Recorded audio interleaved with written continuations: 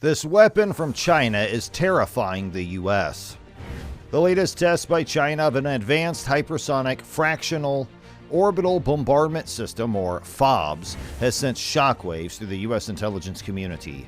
It has not only caught them off guard, but it also revealed a terrifying truth. The military technological gap between major global powers is much narrower than the Pentagon had long assumed. The world has witnessed a paradigm shift in the balance of power as a result of China's successful display of a capacity that the United States lacks. So let's get into the details. In the 1960s, Soviet scientists and engineers created FOBS. Launching a nuclear weapon into low Earth orbit allows it to float above the Earth before deorbiting over the target. The U.S.'s sophisticated missile warning network, all of whose observation stations were directed north, inspired the Soviets, since the shortest path of a missile launched from any place in the Soviet Union during the Cold War would have likely been in the Northern Hemisphere.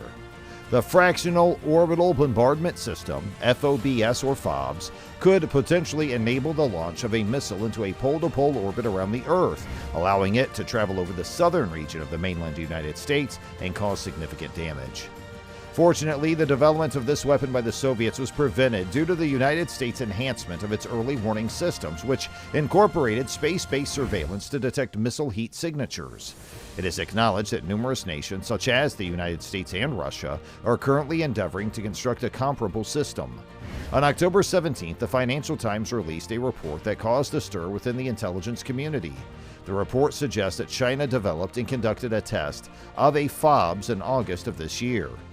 As per the report, China's defense sector conducted a missile test that achieved a velocity of 33,800 kilometers an hour, exceeding the speed of sound in the air by over 27 times.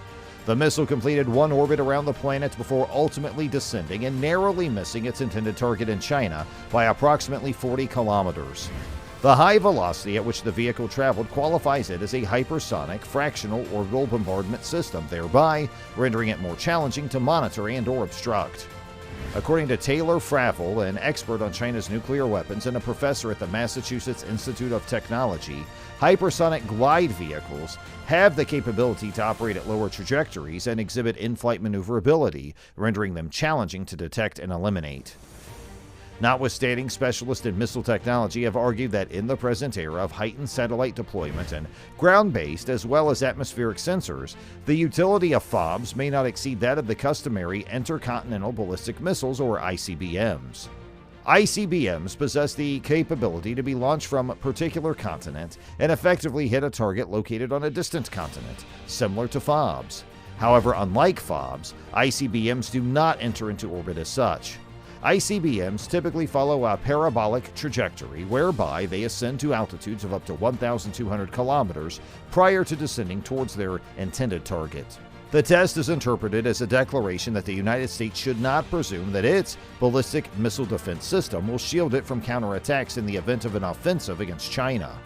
In the aforementioned article, Langbroek asserted that the Chinese FOBS holds a superior position compared to the BMD, which may endure unless the United States opts to acknowledge China's stance on BMD, a course of action that has been neglected thus far. As per his analysis, it may be advisable for the United States to expand the coverage of its ballistic missile defense system and deploy anti-satellite missiles as a strategic response to the potential threat posed by FOBS. Nevertheless, with respect to the United States exclusively, it may not employ the Outer Space Treaty as a justification to oppose China's proposals. At the beginning of 2018, President Vladimir Putin of Russia disclosed information regarding weapon systems that Russia had expressed interest in, potentially with the intention of inciting a reaction from the United States. The RS-28 Sarmat, a super-heavy intercontinental ballistic missile, has been identified as one of the weapons with the purported capability of delivering multiple warheads to multiple targets. Consider a hypothetical scenario in which an ICBM has attained its maximum altitude and is presently descending toward its intended destination. Rather than targeting a singular point, the missile is equipped with multiple warheads that disperse and strike several targets simultaneously. The aforementioned armaments are categorized as multiple, independently targetable reentry vehicles, commonly referred to as MIRVs.